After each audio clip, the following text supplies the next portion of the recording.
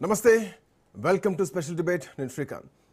Exactly ఓటేస్తారా ఓడిస్తారా, ఇదే ఇప్పుడు parliament వేదికగా జరుగుతున్నటువంటి ఒక సస్పెన్స్ స్టోరీ. ఎట్టి పరిస్థితుల్లో ఈ బిల్లును గెలవనీయమని చెప్పేసి రాహుల్ గాంధీ అంటున్నారు.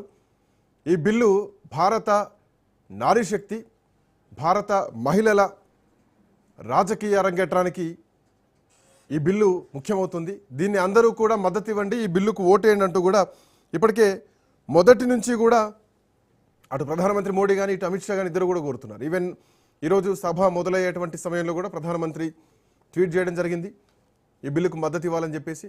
ఈవెన్ ఇన్ ద లంచ్ అవర్లో కూడా ప్రధానమంత్రి నరేంద్ర మోడీ మళ్ళొక్కసారి ఎక్స్లో ఆయన పోస్ట్ చేయడం జరిగింది ఈ బిల్లుకు మద్దతు ఇవ్వాలని చెప్పేసి కోరుతూ. బట్ రాహుల్ గాంధీ మాట్లాడిన తర్వాత నిర్ణయాల్లో కొంత తేడాలు కనిపిస్తున్నాయి, కొంత కన్ఫ్యూజన్ కనిపిస్తోంది. ఎన్డీఏకు 292 మంది ఎంపీల బలం ఉంటే 234తో ఇండి కూటమి ఉంది. అదర్స్ 13 మంది ఉన్నారు. సో 2/3 రావాలంటే ఇంకా 67 ఓట్లు అవసరం, 67 మంది ఎంపీల మద్దతు అవసరం. ఏం జరగబోతోంది? ఒక ఉత్కంఠ మాత్రం కనిపిస్తోంది. ఇప్పటికే అమిత్ షా ఆఫీస్ చుట్టూ, ఆఫీస్లో ఎంపీలతో మంతనాలు జరుగుతున్నాయి. బట్ రాహుల్ గాంధీ ఇప్పటికే సభ నుంచి వెళ్ళిపోయినట్టుగా తెలుస్తోంది. ఎట్టి పరిస్థితుల్లో దీన్ని ముందుకు పోనివ్వమని చెప్పేసి.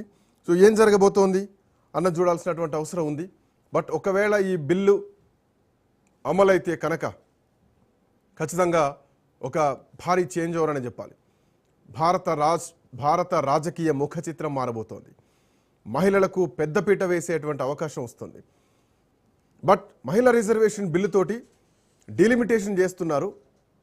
ఇది రాజ్యాంగ విరుద్ధం, రాజ్యాంగంపై మనువాదాన్ని రుద్దుతున్నారని చెప్పేసి ఇప్పటికే రాహుల్ గాంధీ చెప్తున్నారు. తో పాటు వాటికి మించి మోడీని ఒక కమెడియన్, ఒక మెజిషియన్ లాగా చిత్రీకరిస్తూ ఆయన మాట్లాడారు. బాలకోట ఎయిర్ స్ట్రైక్ని ఇట్స్ ఎ మ్యాజిక్ అంట. ఆపరేషన్ సింధూర్ పెహల్గా అటాక్ మ్యాజిక్, నోట్ల రద్దు అది కూడా మ్యాజిక్. సో ఇట్లాంటి మ్యాజిక్లు చేస్తున్నారు. హీజ్ ఏ మెజిషియన్ అంటూ చాలా సంచలన కామెంట్ చేసి దానిపైన ఒక్కసారిగా గందరగోళ వాతావరణం ఏర్పడింది లోక్సభ మొత్తం కూడా. ఏం జరగబోతోంది మాట్లాడదాం. మనతో పాటు ప్రభా గౌడ్ గారు